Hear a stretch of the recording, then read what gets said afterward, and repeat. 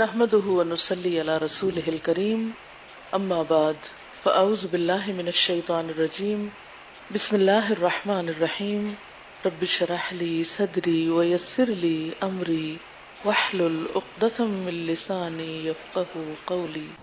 آج میرے پاس ایک آرٹیکل ہے وومن اسکالرز آف حدیث، میں نے بھی اس پر لکھا تھا، اب وہ تو میرے پاس اس وقت نہیں ہے جس پر مجھے ایک ایوارڈ بھی ملا تھا، لیکن یہ ڈاکٹر زبیر صدیقی کی ایک کتاب ہے، اس میں سے یہ ایک آرٹیکل ہے چھوٹا سا، تو میں چاہ رہی تھی کہ اس کو بھی اگر تھوڑا سا دیکھ لیا جاتا، کیونکہ یہ جو عام طور پہ غلط فہمی پھیلائی جاتی ہے کہ ایک خاتون جو ہے وہ استاد نہیں ہو سکتی اور خصوصاً مردوں کی نہیں ہو سکتی، یعنی ہمارے ملک میں ویسے بھی ایک خاتون کا ریلیجس اسکالر ہونا انکریج نہیں کیا جاتا کہ عورتیں تو ناقصات العقل ہیں اور ان کو کیا سمجھ، اور جبکہ ناقصات العقل کا معنی میں نے آپ کو بتایا تھا اس روز، کسی کو یاد ہے جو ڈاکٹر طارق سویدان نے اس کی انٹرپریٹیشن کی تھی کہ ناقصات العقل کا معنی کیا ہے۔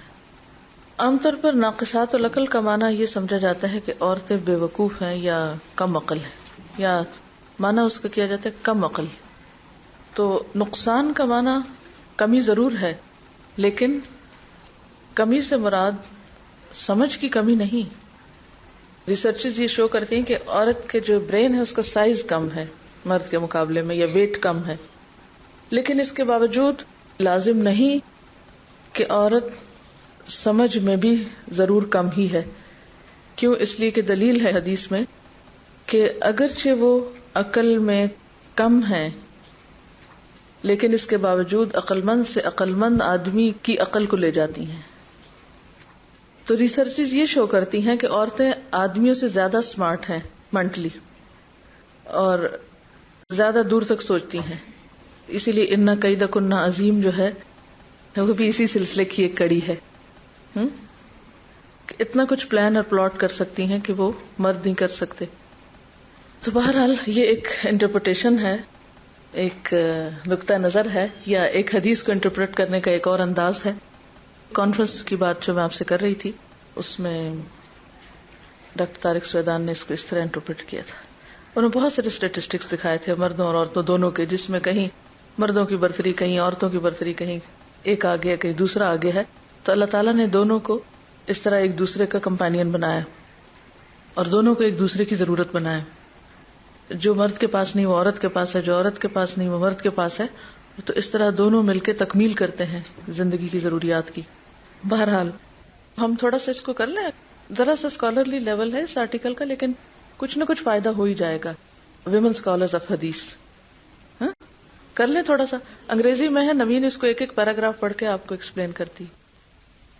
Women Scholars of Hadith by Dr. Muhammad Zubair Siddiqui. History records few scholarly enterprises, at least before modern times, in which women have played an important and active role side by side with men. The science of Hadith forms an outstanding exception in this respect. اس paragraph میں basically یہ کہہ رہے ہیں کہ پوری تاریخ میں بہت کم ایسے مواقع ملتے ہیں کہ جب عورتوں کا بہت زیادہ ایکٹیو رول ملے، خصوصاً تعلیم کے حوالے سے، لیکن حدیث کی سائنسز یا علوم الحدیث وہ اس حساب سے ایک بہت استثنائی صورتحال رکھتی ہے۔ Islam as a religion which, unlike Christianity, refused to attribute gender to the Godhead and never appointed a male priestly elite to serve as an intermediary between creature and creator, started life with the assurance that while men and women are equipped by nature for complementary rather than identical roles, no spiritual superiority inheres in the masculine principle. As a result, the Muslim community was happy to entrust matters of equal worth in God's sight. Only this can explain why, uniquely among the classical Western religions, Islam produced a large number of outstanding female scholars on whose testimony and sound judgment much of the edifice of Islam depends. اس میں وہ یہ کہہ رہے ہیں کہ basically اسلام کے اندر جس طرح خدا کو کوئی جنس نہیں دی گئی اور خدا اور بندے کے درمیان، اللہ تعالیٰ اور بندے کے درمیان کوئی واسطہ یا اس طرح کا کوئی سلسلہ نہیں رکھا گیا، اس کے برعکس کرسچینٹی میں ایسا ہمیں ملتا ہے عیسائیت میں۔ تو وہ یہ بتا رہے ہیں کہ غالباً یہ وجہ ہے کہ باقی کرسچن ریلیجنز کے مقابلے میں جو کہ ویسٹ میں زیادہ تر پریکٹس کیے جاتے تھے، اسلام میں زیادہ فیمیل اسکالرز ہمیں زیادہ نظر آتی ہیں۔ مرد اور عورت کا جو باہم ریلیشن شپ یا رشتہ بتایا گیا ہے، یا جو دونوں کا رول ہے، وہ ایک دوسرے کے لیے یعنی آئیڈینٹیکل نہیں ہے بلکہ کمپلیمنٹری ہے۔ جیسے کہ پہلے میں نے عرض کیا کہ دونوں ایک دوسرے کی کمیاں تو پوری کرتے ہیں، لیکن دونوں ایک دوسرے کے حریف یا مد مقابل نہیں ہیں. دونوں کا ایک ہی کام نہیں بتایا گیا یا دونوں کو ایک ہی ڈیوٹی نہیں دی گئی، بلکہ دونوں کو ایک دوسرے کا مددگار بنایا گیا ہے. جیسے والمومنون والمومنات بعضهم اولیاء بعض، یعنی مومن مرد اور عورتیں آپس میں کیا رشتہ ہے؟ ان کا اولیاء کا رشتہ ہے، ایک دوسرے کے مددگار ہیں، ہیلپ فل ہیں، ایک دوسرے کے مخالف یا دشمن نہیں ہیں. یعنی جس طرح ویسٹ میں دونوں کو ایک دوسرے کا اپوزٹ قرار دے کر ایک دوسرے کے ساتھ لڑائی شروع کرا دی گئی اور ایک فساد کی کیفیت پیدا ہو گئی اور ایک مقابلے بازی کی، تو اس قسم کی مقابلے بازی اسلام میں پسند نہیں کی گئی. Since Islam's earliest days, women had been taking a prominent part in the preservation and the cultivation of hadith, and this function continued down the centuries. At every period in Muslim history, there lived numerous eminent women traditionists, treated by their brethren with reverence and respect. Biographical notices on very large numbers of them are to be found in the biographical dictionaries. یہ کہہ رہے ہیں کہ اسلام کے شروع دنوں سے ہی عورتوں نے جو ہے وہ حدیث کے تحفظ اور ان کو آگے پہنچانے میں بہت بڑا کردار ادا کیا ہے، اور ان کی سوانح عمریاں بیسکلی آپ کو کافی زیادہ تعداد میں مل سکتی ہیں. Islam produced a large number of outstanding female scholars on whose testimony and sound judgment much of the edifice of Islam depends. اس میں وہ کہہ رہے ہیں اسلام نے بہت بڑی تعداد میں جو ہے وہ خواتین scholars پروڈیوس کی تھیں، اور سب سے بڑی بات یہ ہے کہ اسلام کی تعلیمات کی بہت بڑی بنیاد جو ہے وہ ان کی ٹیسٹمنی، ان کی شہادت پہ ڈیپینڈ کرتی ہے اور ان کی ججمنٹ پہ. علوم الحدیث سب نے پڑھ لیا، کچھ آئیڈیا تو ہوگا کہ ایک صحیح حدیث کی بنیاد کن چیزوں پر ہے، اور اس میں راوی کا ثقہ ہونا جو ہے. اس میں حیرت کی بات ہے کہ بعض رجال کی جو کتاب، رجال سے مراد یہ کہ یعنی نیریٹرز کا جو علم ہے، اس میں جو خواتین راوی ہیں ان میں سے کوئی ضعیف یا ان میں سے کوئی غیر ثقہ نہیں لکھی گئی. یعنی بہت سارے مرد حضرات ایسے ہیں روات میں سے کہ جن کے بارے میں یہ کہا کہ فلاں جو ہے وہ ثقہ نہیں ہے، فلاں کا حافظہ کمزور ہے، فلاں ایسا ہے، فلاں ایسا ہے، اس لیے اس کی روایت ایکسپٹ نہیں کی جائے گی. لیکن ذہبی نے جو اپنی کتاب لکھی ہے اس میں کسی عورت راویہ کا ذکر ایسا نہیں ملتا. یہ میں نے ریفرنس کے ساتھ اپنے آرٹیکل میں لکھی تھی بات، اتفاق سے اس وقت وہ میرے سامنے ہے نہیں کہیں. During the lifetime of the Prophet ﷺ, many women had not only been the instance for the evolution of many traditions, but had also been their transmitters to their sisters and brethren in faith. After the Prophet ﷺ's death, many women companions, particularly his wives, were looked upon as vital custodians of knowledge and were approached for instruction by the other companions, to whom they readily dispensed the rich store which they had gathered in the Prophet ﷺ's company.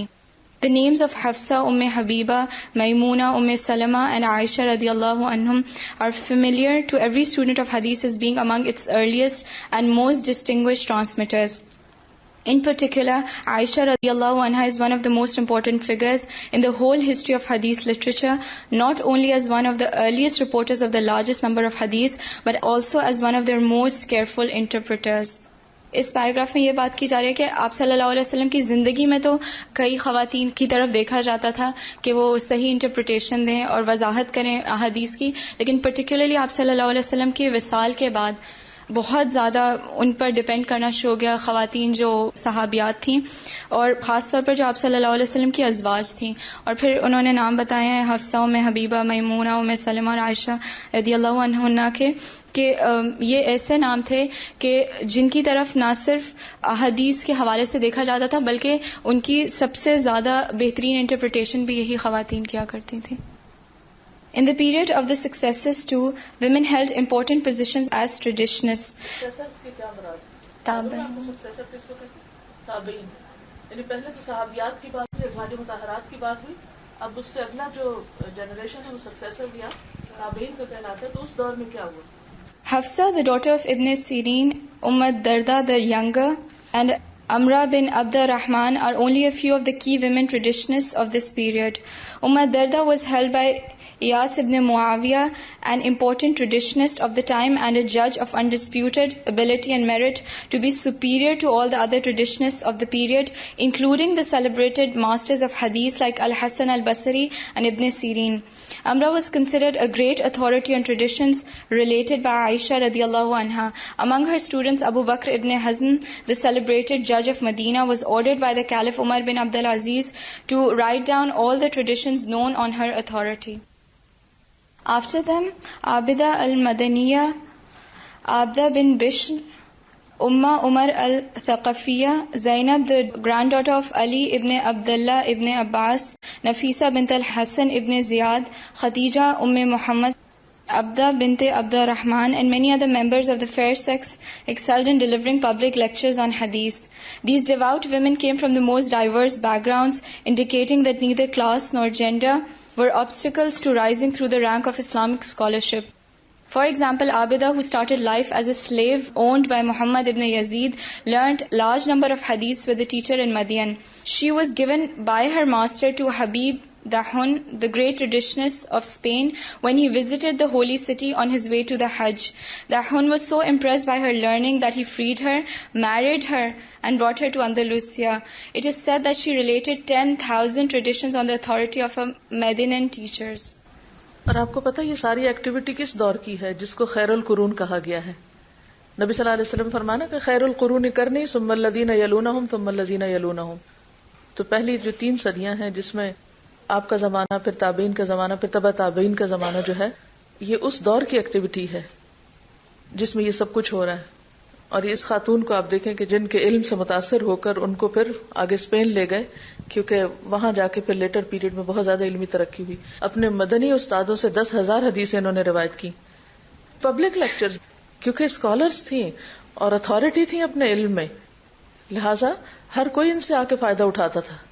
As-Safa, the founder of Abbasid dynasty, and has been a governor of Basra, Oman and Bahrain during the Caliphate of Al-Mansur. Zainab, who received a fine education, acquired a mastery of hadith, gained a reputation as one of the most distinguished women traditionists of the time, and counted many important men among her pupils. This partnership of women with men in the cultivation of the prophetic tradition continued in the period when the great anthologies of hadith were compiled. A survey of the text reveals that all the important compilers of traditions from the earliest period received many of them from women shuyukh. Every major collection gives the name of many women as the immediate authorities of the author. And when these works had been compiled, the women traditionists themselves mastered them and delivered lectures to a large classes of pupils to whom they would issue their own ijazas. In the 4th century, we find Fatima bint Abdurrahman, known as As-Sufiyya on account of her great piety. Fatima, granddaughter of Abu Dawud of Sunan fame, Amat al-Wahid, the daughter of distinguished jurist al-Muhamili, al-Fath, Amat al-Salam, the daughter of the judge Abu Bakr Ahmad, Jumu'ah bint Ahmad, and many other women whose classes were always attended by reverential audiences. The Islamic tradition of female hadith scholarship continued in the 5th and the 6th centuries of Hijrah. Fatima bin al-Hasan Ali ibn al-Daqaq al-Kushairi was celebrated not only for her piety and her mastery of calligraphy, but also for her knowledge of hadith and the quality of isnads she knew. Even more distinguished was Karima al-Marwaziyya, who was considered the best authority on the Sahih of Al-Bukhari in her own time. Abu Dar of Herat, one of the leading scholars of the period, attached such great importance to her authority that he advised his students to study the Sahih under no one else because of the quality of her scholarship. She thus figures as a central point in the transmission of this seminal text of Islam. As a matter of fact, writes Godzia, her name occurs with extraordinary frequency of the ijazas for narrating the text of this book. Among her students were Al-Khatib al-Baghdadi and Al-Humaydi. Aside from Karima, a number of other women traditionists occupy an eminent place in the history of the transmission of the text of the Sahih. Among these, one might mention in particular Fatima bint Muhammad and Sittul Wuzara bint Umar. Fatima narrated the book on the authority of the great traditionist Sayyid al-Ayyar. She received from the hadith specialist the proud title of Musnada Isfahan, the great hadith authority of Isfahan. Shohda was a famous calligrapher and a traditionalist of great repute. The biographers describe her as the calligrapher, the great authority on hadith, and the pride of womanhood. Her great-grandfather had been a dealer in needles and thus acquired the sobriquet al-Ibri. But her father, Abu Nasr, had acquired a passion for hadith and managed to study it with several masters of the subject. In obedience to the Sunnah, he gave his daughter a sound academic education, ensuring that she studied under many traditionists of accepted reputation. She married Ali ibn Muhammad, an important figure with some literary interest who later became a boon companion of Caliph al-Muqtadi and founded a college and a Sufi lodge, which he endowed most generously. His wife, however, was better known.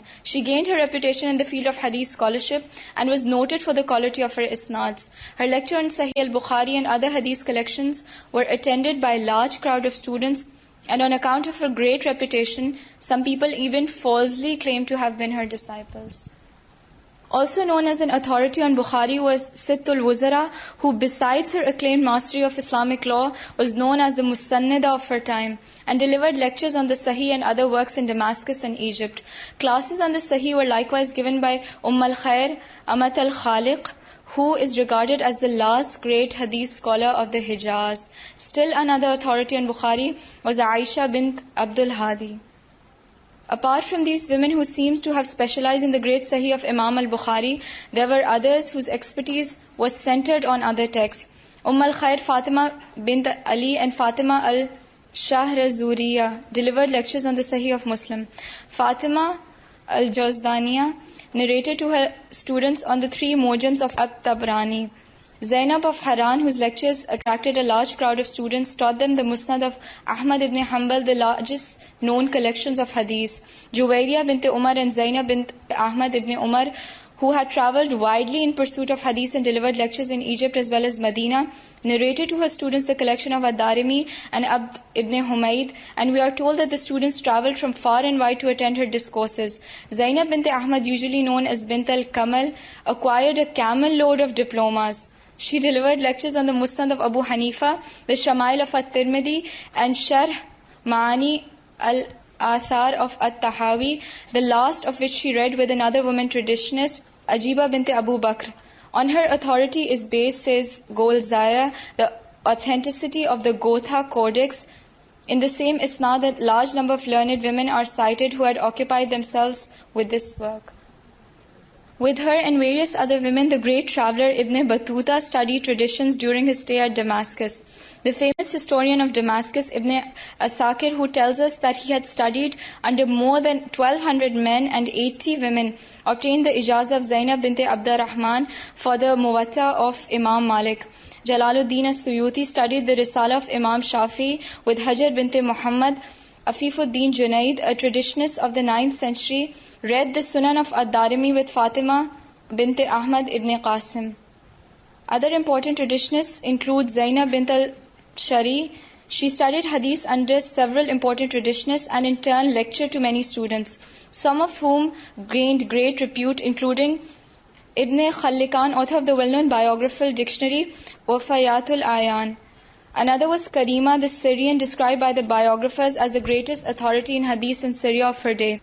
She delivered lectures on many works of hadith on the authority of numerous lecturers. Actually Arabic names ہیں. میرا خیال ہے بتانے کے لیے اتنا ہی کافی ہے، اور یہ تو ظاہر ہے کہ جو پھر مسلمانوں کی فتوحات بڑھتی گئی علاقوں میں اور علاقے پھیلتے گئے تو اسی طرح اسکالرز بھی بڑھتے گئے اور ان میں خواتین کا بھی اضافہ ہوتا رہا. آپ نے اس کے بتانے کا یا پڑھانے کا یا آج اس کو آپ کو سنانے کا کچھ حصہ، اس کا کیا مطلب سمجھا ہے کہ کیوں آپ کو بتائی گئی یہ بات؟ کیا مقصد تھا اس کے بتانے کا؟ میں نے اپنے لیے یہ کہ ایمنگ فار ایکسلنس ہمیں کرنا چاہیے، میڈیوکریٹی کے لیے نہیں. مطلب ایک کام ایک میڈیوکر لیول پر ہو سکتا ہے لیکن ایک کام ایک ایکسلنس کے لیول پر ہو سکتا ہے. تو as role models I think these are brilliant women. کہتی ہیں کہ these women are source of motivation for us. ان کی بات بالکل درست ہے کہ مجھے جو موٹیویشن ملی تھی کام کرنے کی اور ایک یقین کی حد تک پختگی کہ جو میں کر رہی ہوں یا کروں گی انشاءاللہ وہ صحیح ہے، اس میں ان خواتین ان رول ماڈلز کا بہت بڑا ہاتھ ہے. جب تک میں پاکستان میں تھی نہ مجھے ایسی کتابیں دیکھنے کو ملی، نہ پڑھنے کو ملی، نہ ایسے استاد ملے، نہ ہی یہاں کوئی یہ قصے کھولتا بھی ہے، کیونکہ ہمارے معاشرے میں ان ساری چیزوں کو یعنی ایک طرح سے روک کے رکھتے ہیں.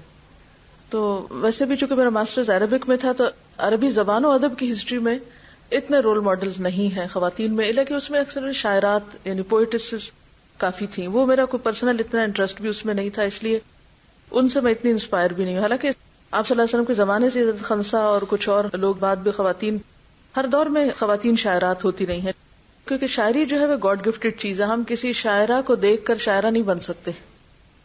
یعنی اگر کوئی بہت اچھی شاعر خاتون ہے اور آپ کہیں کہ میں بھی کچھ اس جیسا کام کروں تو اٹس ناٹ پاسبل، کیونکہ ہر شخص کی بس کی بات نہیں شاعر بننا. لیکن اس کے بعد جب اللہ تعالیٰ نے الحمدللہ موقع دیا اور پی ایچ ڈی کرنے کا مجھے خاص طور پہ موقع ملا، تو اس میں بہت ساری کتابیں پڑھنے کا موقع ملا. اور چونکہ میرا سبجیکٹ بھی علوم الحدیث تھا، اور علوم الحدیث میں بھی اجازہ یعنی کس طرح سرٹیفکیٹس دیے جاتے تھے اور حدیث کو آگے روایت کرنے کی اجازت، تو اس کی پوری ہسٹری میں نے پڑھی تھی کہ کہاں سے شروع ہوئی اور کیا ہوا. اور اس سے پھر صرف وہ ایک ہی چیز نہیں پڑھتے، جب ایک چیز پڑھتے ہیں اور ایک چیز نکالتے ہیں تو 10-20 اور بھی پڑھنی پڑتی.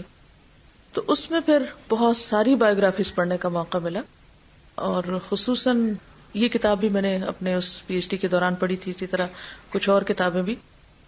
تو اس سے جیسے ایک ہوتا ہے نا شرح صدر ہو جاتا ہے اپنے لیے ایک لائن آف ایکشن، کیونکہ اس سے پہلے مجھے شوق بہت تھا پڑھنے کا بھی، پڑھانے کا بھی، کچھ کرنے کا، وہ ایک اندر تھا اللہ کی طرف سے دیا ہوا. لیکن ایک شک کسی کیفیت کے، پتہ نہیں ٹھیک بھی ہے کہ نہیں کرنا، پتہ نہیں مجھے اپنی جان پہ اور بوجھ ڈالنا بھی چاہیے یا نہیں، کہیں ایسا نہ ہو کہ یہ کرتے کرتے گناہ ہی کما رہی ہوں، یعنی اس قسم کی شک کی کیفیت تھی. لیکن علم یقین دیتا نا انسان کو، اور پھر جب یہ ساری چیزیں ایک سیکوینس میں بیٹھ کے پڑھی تو پھر ایک شرح صدر ہو گیا کہ یہ راستہ جو چنا ہے یہ غلط نہیں ہے.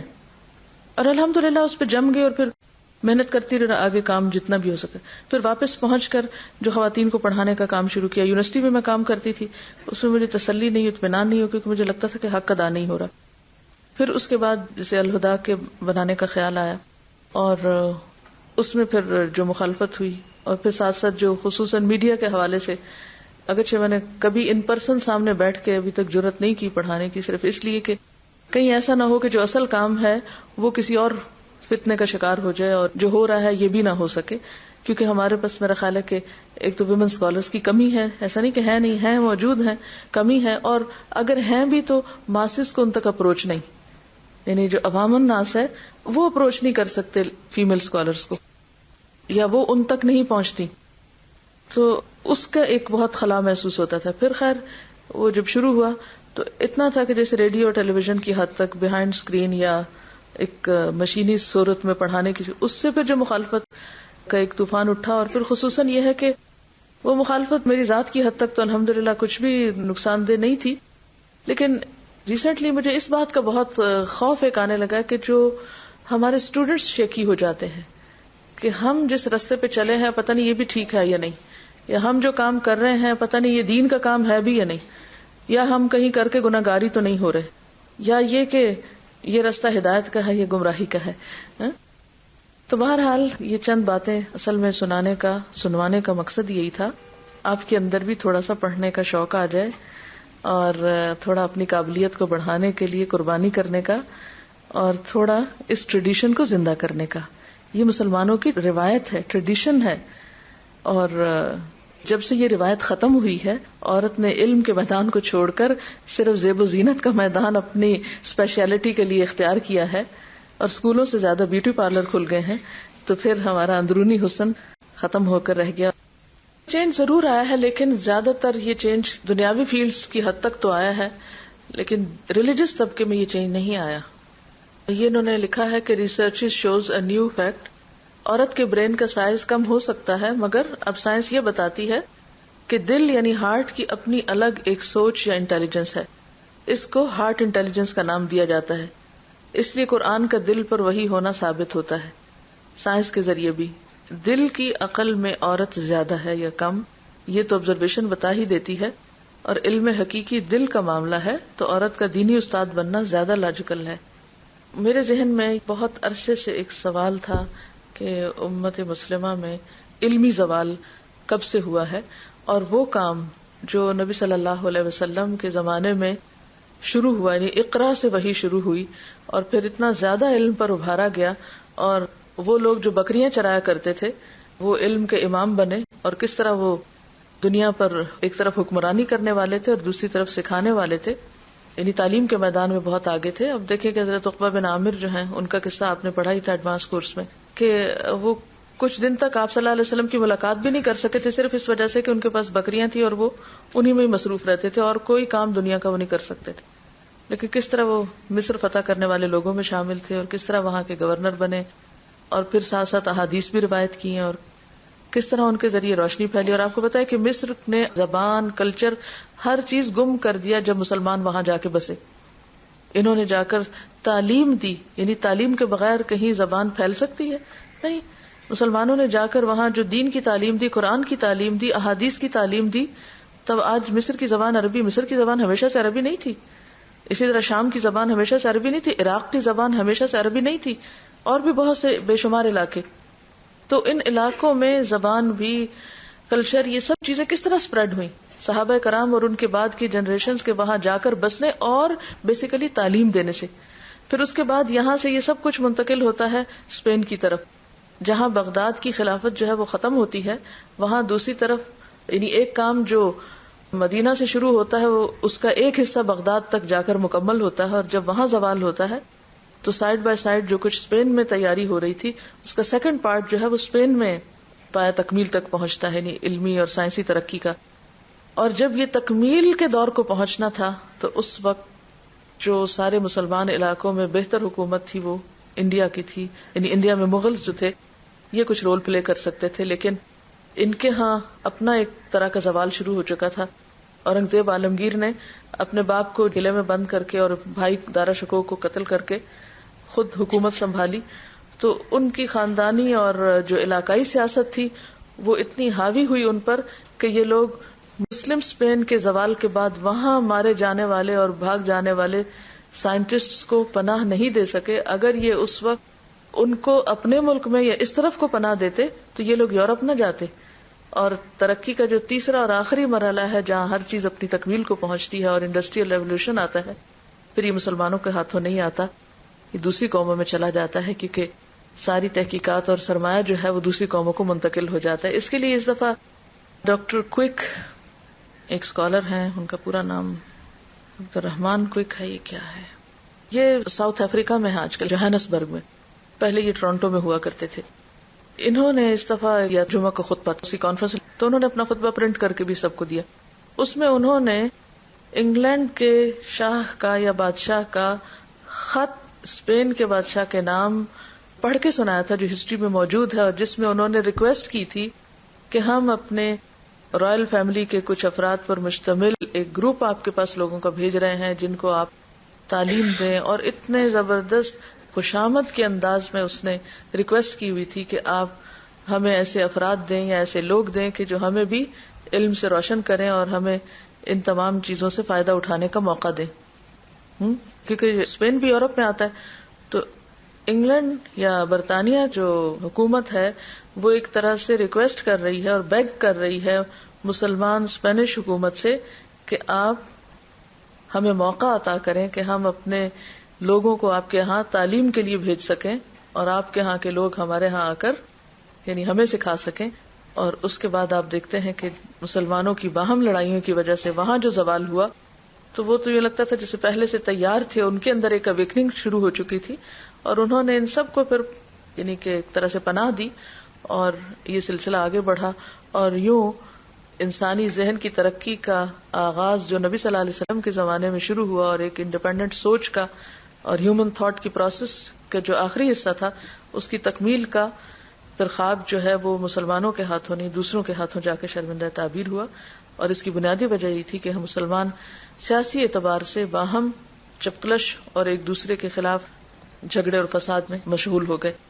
تو اس پر میں نے ریسنٹلی ایک کتاب پڑھی ہے، پچھلے 3 مہینوں میں نے پڑھایا کم ہے اور پڑھا خود زیادہ ہے، جو کہ ایک بہت عرصے سے میری ایک بڑی درینہ خواہش تھی کہ میں مسلسل یہاں ایسی مصروفیت میں پھنسی ہوئی تھی کہ خود نہیں پڑھ پا رہی تھی. بہرحال کہنے کا مطلب یہ ہے کہ جب سے مسلمان سیاسی زوال کا شکار ہوئے ہیں تو علمی زوال بھی ان کے اندر ہوا، اور وہ بڑھتے بڑھتے آج اس کنارے پہ ہم پہنچ گئے ہیں. ضرورت اس بات کی ہے کہ مسلمانوں میں نیا بلڈ شامل ہو. آپ دیکھیں کہ اگر اسلام صرف عرب پیننسیولا میں رہتا اور صحابہ کرام اپنے گھر بار چھوڑ کر باہر نکل کر دوسروں کو مسلمان نہ کرتے اور دنیا کی محبت میں مبتلا ہو جاتے اور فتح کیے علاقوں میں محلات اور بہت سی اور چیزوں کے اندر جا کے عیش و عشرت سے رہنا شروع کر دیتے تو اسلام نہیں پھیلتا. اسلام کو طاقت اور قوت کہاں سے ملی؟ ابتدائی دور میں بھی نیو مسلم سے. پھر اس کے بعد جب دارالخلافہ بغداد بنا تو اس میں کنٹریبیوشن کس نے کی؟ اسلام نے اتنی زیادہ زبانوں اور اتنے زیادہ کلچر اور رنگوں اور انسانوں کو اپنے اندر سمایا. آپ کو یاد ہے میں آپ کو ایک کتاب پڑھانا شروع ہوئی تھی تمدن عرب فلپ کے ہٹی کی, اور اس میں شروع میں یہ بات کہی گئی تھی کہ دنیا کے کسی مذہب اور کسی کلچر اور سویلائزیشن نے اتنے کثیر تعداد میں مختلف زبانوں اور رنگوں اور انسانوں کو اپنے اندر نہیں سمویا جس طرح اسلام نے سمویا. یعنی اسلام کے دل کی وسعت کے اس میں کوئی ریشزم نہیں, کوئی نسل پرستی نہیں, کوئی انسانوں کے ساتھ تعصب نہیں, وسعت قلب کی وجہ سے, وسعت نظر کی وجہ سے, کیونکہ اسلام سب کے لیے تھا. باقی جو مذاہب یا باقی جو تہذیبیں تھیں اس میں یہ چونکہ فرق برتا گیا اپنے اور غیر کا, لہٰذا ان کے اندر وہ وسعت نہ آئی. لیکن مسلمانوں نے اس وسعت قلبی کا ثبوت دیا جس کی وجہ سے جتنے بھی لوگ سارے مسلمان ہوئے وہ اسلام کی قوت کا ذریعہ بنے پھر, اور مسلمان بادشاہوں کے حسن سلوک اور عدل و انصاف کی وجہ سے بنیادی طور پر کہ انہوں نے اپنوں غیروں کے ساتھ سب کے ساتھ عدل کا سلوک کیا, سب کو آگے بڑھنے کے موقع دیے, حتیٰ کہ نان مسلمز کو بھی اسی طرح اہمیت دی گئی اپنی حکومتوں میں علم کی خدمت کرنے والوں کو. اور اس کی بھی سنت نبی صلی اللہ علیہ وسلم کے زمانے سے ہی ملتی ہے کہ جنگ بدر میں پکڑے ہوئے لوگ جو آئے تھے ان سے آپ نے کہا تھا کہ آپ ہمارے بچوں کو پڑھا دیں. اسی طریقے پر عمل کرتے ہوئے ہر دور میں یہ ہوتا رہا. لیکن پھر جب تنگ نظری آئی مسلمانوں کے اندر, اور اس وقت آپ دیکھیں کہ امریکہ کی ترقی کا راز کیا ہے, اس میں کسی ایک رنگ یا ایک نسل کے لوگ نہیں رہتے. اب تو خیر وہاں بھی عدل و انصاف نہیں رہا, اور کوئی بھی حکومت ظلم کے ساتھ نہیں چل سکتی, جیسے امام ابن تیمیہ کا قول ہے کہ کفر کے ساتھ تو حکومت چل سکتی ہے مگر ظلم کے ساتھ نہیں. جو قومیں بھی ظلم کا طریقے اختیار کرتی ہیں وہ بالآخر ختم ہو جاتی ہیں. ایک پروسیس ہے, تاریخ ہسٹوریکل پروسیس ہے, اور فطرت کے جو اصول ہیں وہ اپنا کام کر کے رہتے ہیں. جب تک وہ اوروں کو مسلمان نہیں کریں گے, ان کے اسکالرشپ سے فائدہ نہیں اٹھائیں گے, ان کو اسلام نہیں پہنچائیں گے, نہ خود طاقت پا سکتے ہیں اور نہ ہی دنیا میں سرخرو ہو سکتے ہیں اور نہ آخرت میں. اس لیے بنیادی طور پر کرنے کا کام کیا ہے, یعنی باقی کام سب ہوتے رہیں گے لیکن ایک بنیادی ذمہ داری جو مسلمانوں کی ہے, جب تک وہ ادا نہیں کی اس وقت تک عزت نہیں پا سکتے. اور وہ کیا ہے؟ اللہ کا پیغام اللہ کے بندوں تک پہنچانا. نیا بلڈ چاہیے نا, اکیلے یہ قوت نہیں بن سکتے, دونوں مل کے ہی بنیں گے نا, ایک ہو جائیں گے نا. جب کوئی مسلمان ہوتا ہے تو وہ ایک جسم بن جاتا ہے نا, الگ الگ تھوڑی ہوتے ہیں, پھر اپنے اور غیر تھوڑی رہ جاتے ہیں, پھر تو ایک ہو جاتے ہیں. اصل میں ساری تنگ نظری ہے ہماری, شدت پسندی, اور ہر چیز میں پھر ہم حد سے آگے پہنچ جاتے ہیں. وہ کہتے ہیں نا تھوڑا علم زیادہ خطرناک ہو جاتا ہے. تو دیکھیے آپ کو ریڈنگ کرنے سے کون روک سکتا ہے؟ کوئی روک سکتا ہے؟ کیوں نہیں پڑھتے؟ پھر کمی ہم میں ہے, ٹھیک ہے نا. اگر وسعت نظر اور وسعت قلب نہیں تو ہمارے اندر ہے کہ جتنا علم ہمیں کسی نے گھول کے پلا دیا, کلاس میں بیٹھ کے سنا دیا اور زبردستی کل اگلے دن سن لیا ہے, وہ تو اتنا تو ہم پڑھ لیں گے, اس سے آگے ہم پڑھنے کو تیار نہیں. اخبار تک پڑھنے کے ہم روادار نہیں, نیوز تک ہم نہیں دیکھنا چاہتے, آنکھ کھولنا ہی نہیں چاہتے, دنیا کو دیکھنا ہی نہیں چاہتے, پڑھنا ہی نہیں چاہتے کچھ. ہم اپنے اوقات کو کس طرح ضائع کرتے ہیں؟ ہم کسی کو بھی بلیم نہ کریں, ہم سب سے پہلے خود کو کریں. اپنی کمی, اپنی کوتاہی اور اپنے اندر جو چیز کم پاتے ہیں اس کے علاج کے لیے ہم تلاش کریں جگہ. میں آپ سے یہی پوچھوں گی, مجھے صرف اتنا بتائیے کہ پچھلے سال ایڈوانس کورس ختم ہوا تھا, میرا خیال ہے اگست سپٹمبر میں, سال سے زیادہ ہو گیا. اس کے بعد سے صحابہ اور صحابیات کی لائف ہسٹری کے بارے میں کتنی کتابیں پڑھی ہیں آپ نے؟ سیرت پر کتنی پڑھی ہیں؟ حدیث پر کتنی پڑھی؟ ہارڈلی کسی ایک آدمی اگر کچھ پڑھ بھی لیا ہے تو باقیوں نے تو کچھ نہیں پڑھا. تو جب ہم پڑھتے ہی نہیں ہیں کچھ, یعنی وہ کورس کرانے کا تو مقصد یہ تھا کہ آپ کو ایک انٹروڈکشن کرا دیا جائے, کچھ ٹرمینالوجی بتا دی جائے. یہ جتنا بھی الہدا کا کورس ہے نا, یہ تو صرف اس لیے پریپیئر کرتا ہے کہ آپ اس قابل ہو سکے کہ مختلف چیزوں کو آپ خود پھر پڑھنے کے لائق ہو جائیں. علوم الحدیث کس لیے پڑھایا جاتا ہے کہ چند ایک ٹرمینالوجی اتنی پتا ہو کہ جب آپ کوئی بھی اسلامک لٹریچر کی کتاب اٹھا کے پڑھنے لگے تو آپ کو وہ ٹرمز نئی نہ ہو جو آپ کی ریڈنگ میں رکاوٹ بنے. سیرت کی کتاب پڑھا دی جاتی ہے کہ آپ کو وہ کردار کچھ نہ کچھ سمجھ میں آ جائیں. اسی طرح مسلم ہیروز اور باقی چیزوں, یہ صرف کی دی جاتی ہے کہ اچھا آپ آگے چلیں اور کھولیں اور پڑھیں اس کو, لیکن ہم عادت ہی نہیں ہے ہمیں کچھ کام کرنے کی. میں یہ بات ان لوگوں کو کر رہی ہوں کہ جنہوں نے کورس نہیں کیا. کورس پر کنسنٹریٹ کرنے کے لیے اس لیے کہا جاتا ہے کہ اگر بنیادی کمزور رہ گی تو آگے کیا کر سکیں گے. میں جب تک خود طالب علم تھی تو میں اپنے استاد سے کچھ بھی کہتی تو کہتے تھے جو اس وقت تمہارا کام ہے اس کو صحیح طور پہ کرو تاکہ تمہاری بنیاد مضبوط ہو. جب بنیاد مضبوط ہوگی تو پھر اگلا کام آسان ہو جائے گا. اب دیکھیں نا, ایک بچے کو جب آپ ایک لینگویج سکھا دیتے ہیں, بنیادیں بتا دیتے ہیں, تو پھر بڑے ہو کے ریڈنگ وہ خود کرتا ہے نا, خود آگے بڑھتا ہے نا. ساری زندگی تو اس کو پڑھایا نہیں جاتا, یعنی آپ نے ایک شخص کو کھڑا ہونا سکھا دیا, دیکھنا سکھا دیا, سوچنا سکھا دیا, لیکن اس کے بعد اس کا اپنا فرض بنتا ہے کہ اب وہ جو کچھ اسے سکھایا گیا اس کو آگے بڑھائے اور پھیلائے اور اس کو نرچر کرے. لیکن ہم سب اس جرم کا شکار ہیں کہ ہم رب زدنی علما کے فارمولے پہ عمل نہیں کرتے, نہ تڑپ کے اس کی دعا مانگتے اور نہ ہی اس کے لیے کچھ تکلیف اٹھاتے ہیں, نہ ہی کچھ کوشش کرتے ہیں. اس کے لیے میں نے یہ سوچا ہے, جیسے اسلام آباد میں ابھی 10th بیچ ختم ہوا تو ہم نے اس کے لیے ایک پلان یہ کیا ہے کہ ہر مہینے ایک میٹنگ ہوگی اور ہر مہینے کے لیے ایک بک پڑھنے کے لیے کم از کم دی جائے گی اور وہ واپس آ کے اس کو رپورٹ کریں گے. اب کتنے اللہ والے ہیں جو آئیں گے بھی ورنہ ڈر کے آئیں گے بھی نہیں کہ ہم نے کتاب نہیں پڑھی تو شکل بھی نہیں دکھاتے. ہمارے اخلاقی زوال کا حال یہ ہے کہ کوئی کام کہا جائے تو کرتے نہیں, اور اگر نہیں کرتے تو اتنی جرت نہیں ہوتی کہ سوری کر لیں, چھپ جاتے ہیں. میں سوچتی ہوں کہ جتنی کتابیں ہمارے گھر میں ہیں کم از کم وہ تو ہم پہلے پڑھ لیں. ٹھیک ہے اگر لائبریری تک ابھی ہم نہیں بھی پہنچ پا رہے, لیکن میرا خیال ہے کہ ہم سب کے پاس کچھ نہ کچھ گھر میں ہے جسے ہم نے ابھی تک پڑھا نہیں, لے کے رکھا ہوا ہے. اس وقت ہم نہ گورنمنٹ کی بات کر رہے ہیں نہ کسی اور ادارے کی کر رہے ہیں, یا ہم چاہیے کے اوپر نہیں کر رہے بات. آپ سب سے میں ہی کہوں گی, میں سک ہو جاتی ہوں چاہیے سن سن کر, یوں ہونا چاہیے, یوں ہونا چاہیے, یوں ہونا چاہیے. ہم سب جو ہم کر سکتے ہیں وہ ہم کیوں نہیں کر رہے؟ ہم عام طور پر یا تنقید کرتے ہیں یا ہم تجویز کرتے ہیں, لیکن تعمیل نہیں کرتے. اس وقت جو اس ساری گفتگو کا مقصد ہے, جس چیز کو میں آپ کے اندر جگانا چاہتی ہوں, وہ کیا ہے کہ ہم میں سے ہر شخص اپنے عمل کا ذمہ دار ہو. دوسروں کے لیے اگر ہم کچھ نہیں کر سکتے تو ہم کم از کم خود کریں. آخر وہ کون سی چیز ہے, وہ کس بات کا اطمینان ہے جو ہمیں خود آگے بڑھنے سے روکے ہوئے؟ کیا سوچا ہوا ہے ہم نے اپنے لیے کیا عذر تلاش کیا ہوا ہے؟ اور میرا خطاب پھر ان لوگوں سے ہے جو یہ کورس کر چکے ہیں. جو کر رہے ہیں وہ تو ابھی ایک پروسیس سے گزر رہے ہیں. جو کر چکے ہیں وہ اپنے لیے کیا سوچے ہوئے ہیں, کیا کر رہے ہیں؟ کیا وہ بس اسی پہ مطمئن ہو گئے کہ ہم نے قرآن پڑھ لیا ہے, اسی پہ مطمئن ہے کہ ہماری ایک روز کی روٹین ہے اور ہم وہاں درس دیتے ہیں اور ہم نے دورہ قرآن کرایا تھا اور ہم سمر کورس بھی کرا لیتے ہیں اور ہم فلاں کرا لیتے ہیں؟ کیا اس سے کوئی ترقی ہو سکتی ہے؟ ہمیں آخر آگے بڑھنے کا شوق کیوں نہیں ہے؟ ہم دوسروں پر ہی بھروسہ کیوں کیے ہوئے ہیں؟ ہم اپنے پاؤں خود کیوں نہیں چلنا جانتے؟ اپنے لیے راہیں خود کیوں نہیں تلاش کرتے؟ اگر اسکول میں نہیں ہے, کالج میں نہیں ہے, کوئی استاد نہیں ہے, کوئی شیخ نہیں ہے, کوئی انتظام نہیں ہے, کیا ہم نے وہ کر لیا جو ہم کرنے کے قابل ہیں یا جو ہم خود بھی کر سکتے ہیں؟ اس کا جواب دیجیے مجھے. میں کہتی یہ ہوں کہ ہم کسی کو بھی بلیم کرنے کی بجائے ذرا اپنے آپ کو تھوڑا سا کریں. اس وقت ہماری کوتاہی کہاں ہے؟ ہم کیا کر سکتے ہیں اور کیوں نہیں کر رہے؟ لکھیں نا اپنے پاس سوال, میں کیا کر سکتی ہوں. پہلے تو اپنا حساب کریں کہ میرے اندر کیا کچھ کرنے کی ہمت صلاحیت ہے. کیا لکھا ہے؟ جواب لکھیں اس کا. اب یہ تو میں آپ کو نہیں ڈکٹیٹ کرواؤں گی کہ یہ بھی مجھے کرانا چاہیے.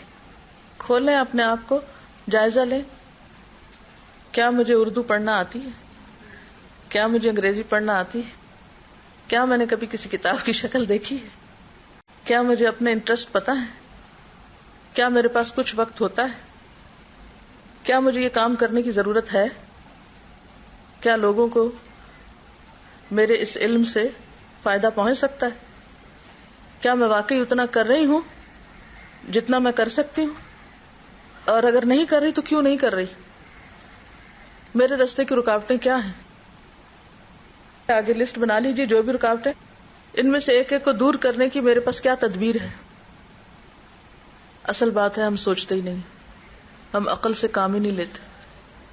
لعلکم تعقلون کا کام کرتے ہی نہیں, اقدام نہیں کرتے نا, کیونکہ ہر اقدام کے ساتھ رسک ہوتا ہے. اسلام کیا کہتا ہے طالب علم ہونے کے بارے میں کہ وہ کب تک رہنا چاہیے؟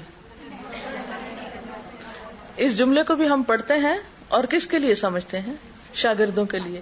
جن کو ہم پڑھا رہے ہوں ان کو ہم کہتے ہیں آپ کو پڑھنا چاہیے, کیونکہ اسلام کہتا ہے کہ پنگوڑے سے لے کے قبر تک علم حاصل کرو, خود کو پھر نکال لیتے ہیں اس سے باہر.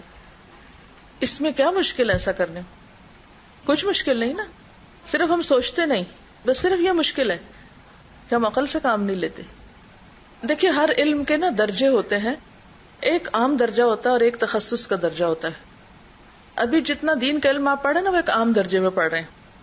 اگر آپ اس کے بعد دنیاوی تعلیم شروع کرنا چاہتے ہیں تو شوق سے کیجئے، اور اس کے ساتھ ساتھ آپ یعنی کہ کچھ حصہ دین کی تعلیم کا اپنے ذاتی طور پر کتابیں پڑھ کے اور لوگوں سے کچھ محفلیں اٹینڈ کر کے وہ آپ جاری رکھ سکتے ہیں ٹائم کو مینج کر کے.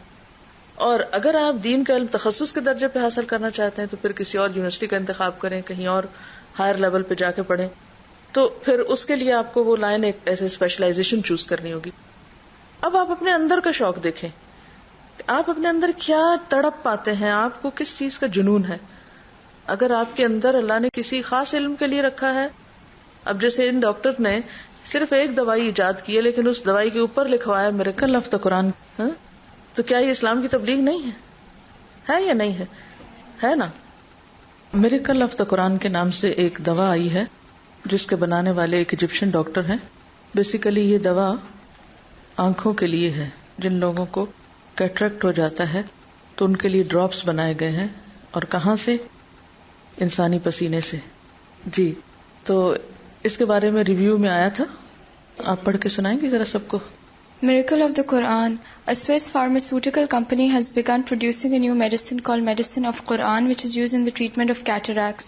This drug, which was made by an Egyptian doctor, Abdul Basit Muhammad, from the secretions of human sweat glands, is 99% effective as reported, with absolutely no side effects, and has been registered in Europe and the United States.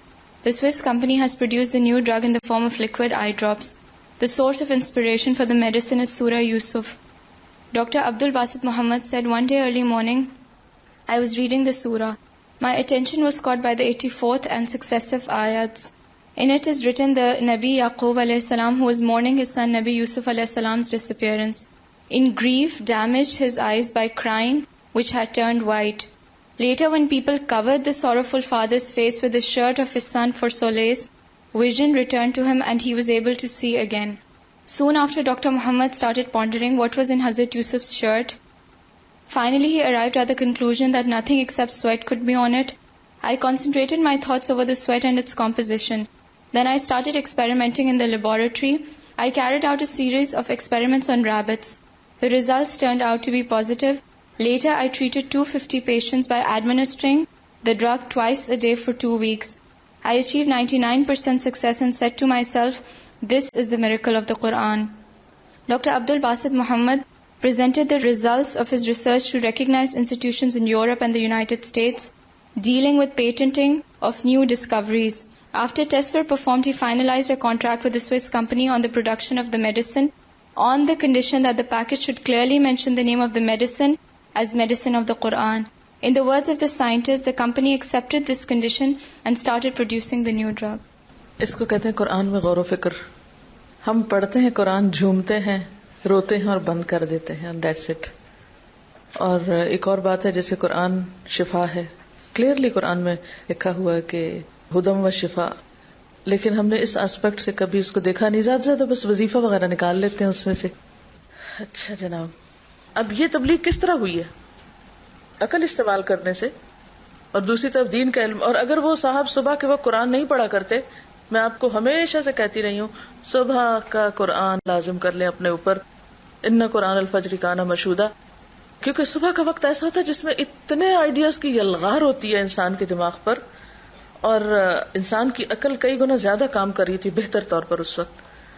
اب یہ صبح کے وقت قرآن پڑھ رہے ہیں، medical doctor ہیں، شاید آئی اسپیشلسٹ ہیں، اور چونکہ ہر شخص اپنے فیلڈ کے اعتبار سے کسی چیز کو زیادہ بہتر طور پر دلچسپی سے دیکھتا ہے، تو کرتے کرتے وہ جب اس جگہ پر پہنچے ہیں تو اس چیز نے ان کو پکڑ لیا، اور پھر اس کے بعد انہوں نے ایکسپیریمنٹ شروع کر دیا، اور اس کے بعد اللہ تعالیٰ نے ان کی مدد کی اور ایک نتیجے تک پہنچے. شروع سے لے کے اب تک کتنے لوگوں نے سورۃ یوسف پڑھی ہوگی دنیا بھر میں مسلمانوں نے؟ بہت سے تو خیر ویسے ہی برکت کے لیے پڑھتے ہیں، وہ نہیں جانتے خود خوبصورت ہونا یا بچے کی خوبصورتی کے لیے پڑھتے رہتے ہیں، کیونکہ یہ قرآن کا زیادہ استعمال اب یہ رہ گیا ہمارے ہاں، کیونکہ ظاہر پرست اتنے ہو گئے ہیں کہ ظاہری حسن کے سوا کچھ نظر آتا ہی نہیں، تو اسی لیے اسکولوں سے زیادہ بیوٹی پارلر کھل گئے. اینی ہاؤ، تو بات یہ ہے کہ ان کو آخر یہ خیال اسی وجہ سے آیا نا کہ ایک طرف وہ میڈیکل ڈاکٹر ہیں، ریسرچ مائنڈیڈ ہیں، دوسری طرف قرآن کے بھی پڑھنے والے ہیں، عرب ہیں تو ظاہر ہے کہ قرآن سمجھ میں آتا ہے، تو تلاوت کے دوران ایک جگہ پہ آ کے رک گئے ہیں. ظاہر ہے ہر شخص کا ایک حصہ ہے دین کی خدمت میں، اور ہر ایک اپنا حصہ اسی اینگل سے آ کے ڈالے گا کہ جو اس کے پاس پریویس نالج ہوگا یا جتنا اس نے کسی خاص فیلڈ میں محنت کی ہوگی یا مہارت حاصل کی ہوگی.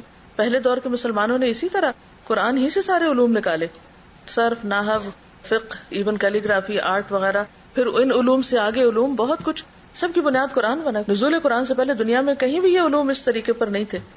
یعنی اتنا زیادہ عقل کا استعمال اور اتنی لاجیکل تھنکنگ، اور یعنی ہر چیز کے اندر اوتھینٹسٹی کو دیکھنا، ہر چیز کا پروف مانگنا، ہر چیز کے لیے دلیل مانگنا، یہ سب کچھ دماغ قرآن نہیں کھولا ہے. قرآن کے انداز سے یہ سب کچھ، یہ مسلمانوں کی پھر یہ روایت جو حدیث کی ٹرانسمیشن کی، اس سے یہ مائنڈ پیدا ہوا دنیا میں. ہر بات دلیل سے کرو اور ہر چیز کے پیچھے ایک ریفرنس لاؤ اور ہر چیز کی گواہی طلب کرو. تو یہ آپ اپنے اندر خود تلاش کریں گے کہ آپ کا شوق کیا کہتا ہے، آپ کو کس چیز کا جنون ہے، آپ کیا کرنے کے قابل ہیں. پھر جب اپنے شوق کو جان لیں تو پھر محض شوق کبھی کافی نہیں ہوتا. میں نے آپ کو اس دن مثال بھی دی تھی ڈاکٹر ذاکر نائک کی. آپ میں سے اکثر نے سنا ہوگا، اور اگر نہیں بدقسمتی سے سنا، میں تو بدقسمتی کہوں گی کہ اگر نہیں بدقسمتی سے سنا تو پھر آپ بہت کچھ مس کر رہے ہیں. بہرحال ان سے کسی نے سوال کیا اسی کانفرنس میں، یعنی وہ جب مختلف اپنی باتوں کے دلائل لاتے ہیں اور ان کے جب ریفرنس پڑھنے شروع کرتے ہیں، آیت نمبر فلاں، چیپٹر فلاں، آیت نمبر فلاں، سورت فلاں، چیپٹر فلاں، آیت نمبر فلاں، وہ پوری ایک سپیڈ میں جب پڑھتے ہیں، تو جب وہ لائیو پڑھ رہے تھے تو ہر طرف تالیاں ہی تالیاں تھی. تو پھر بہرحال کسی نے سوال کیا کہ یہ کس طرح پاسبل ہے، کیونکہ کسی اور کو عام طور پہ نہیں ایسا دیکھا گیا. تو انہوں نے کہا کہ 2-3 چیزیں ہیں. پہلی بات تو یہ کہ سب اللہ کی مدد اور توفیق اور اذن ہے. دوسری بات یہ کہ میں نے اس میں محنت بھی بہت کی.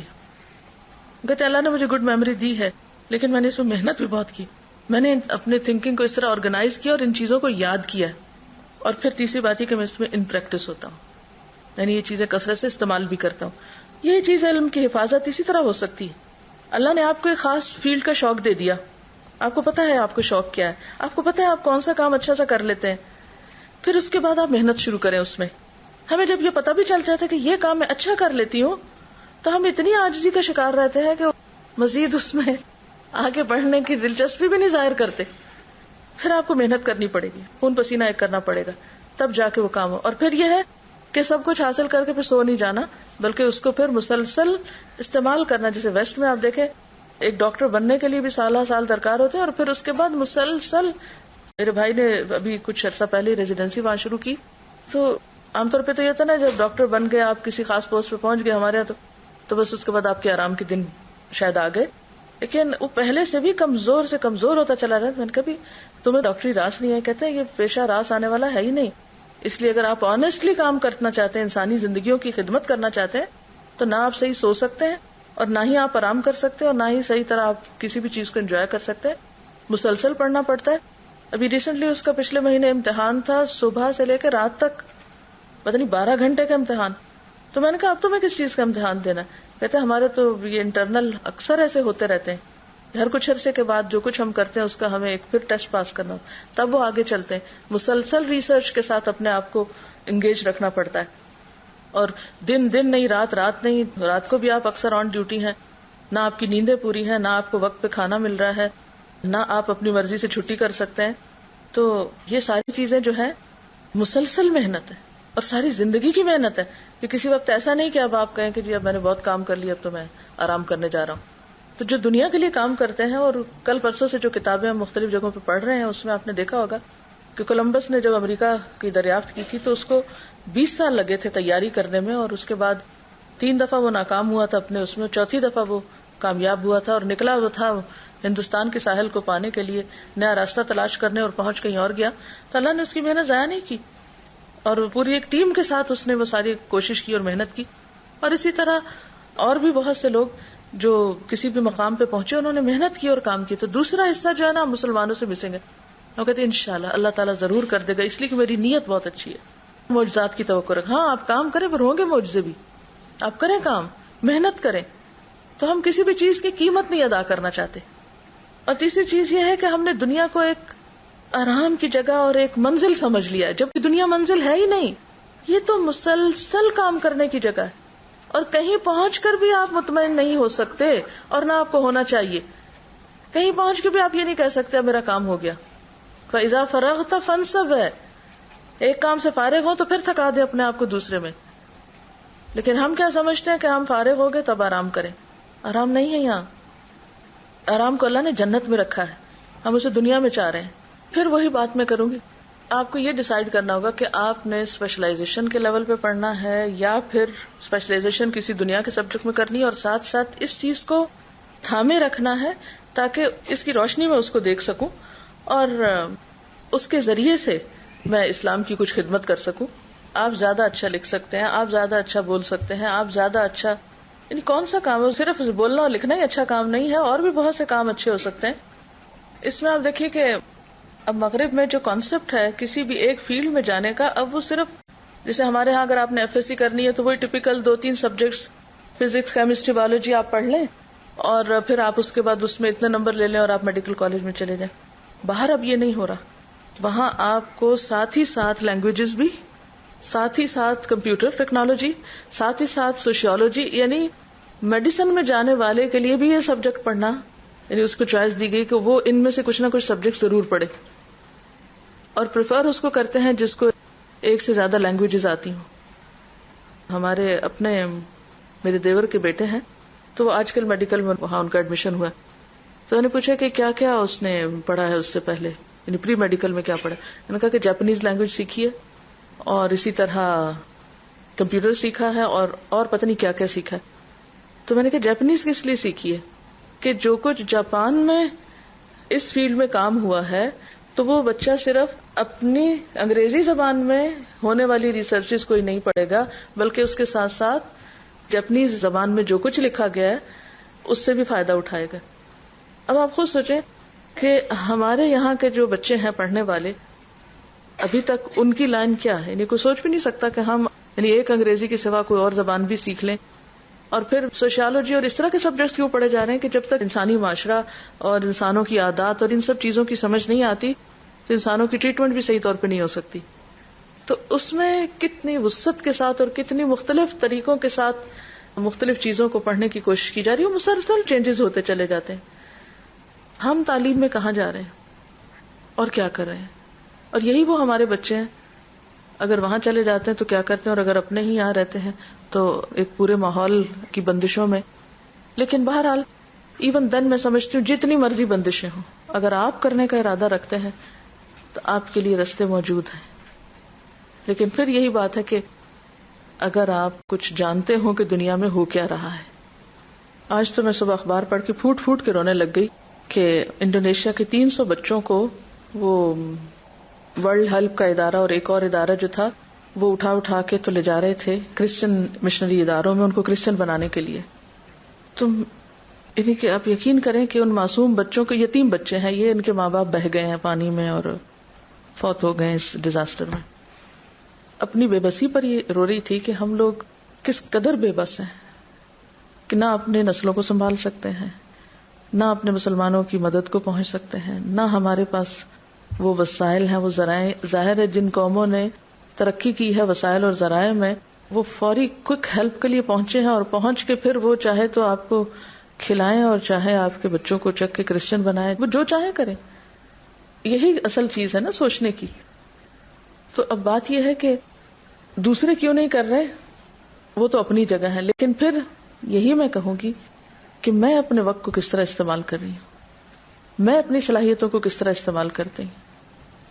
جو کچھ میرے ذمہ ہے کرنے کو، اس ذمہ داری کو میں کس طرح نبھا رہی ہوں.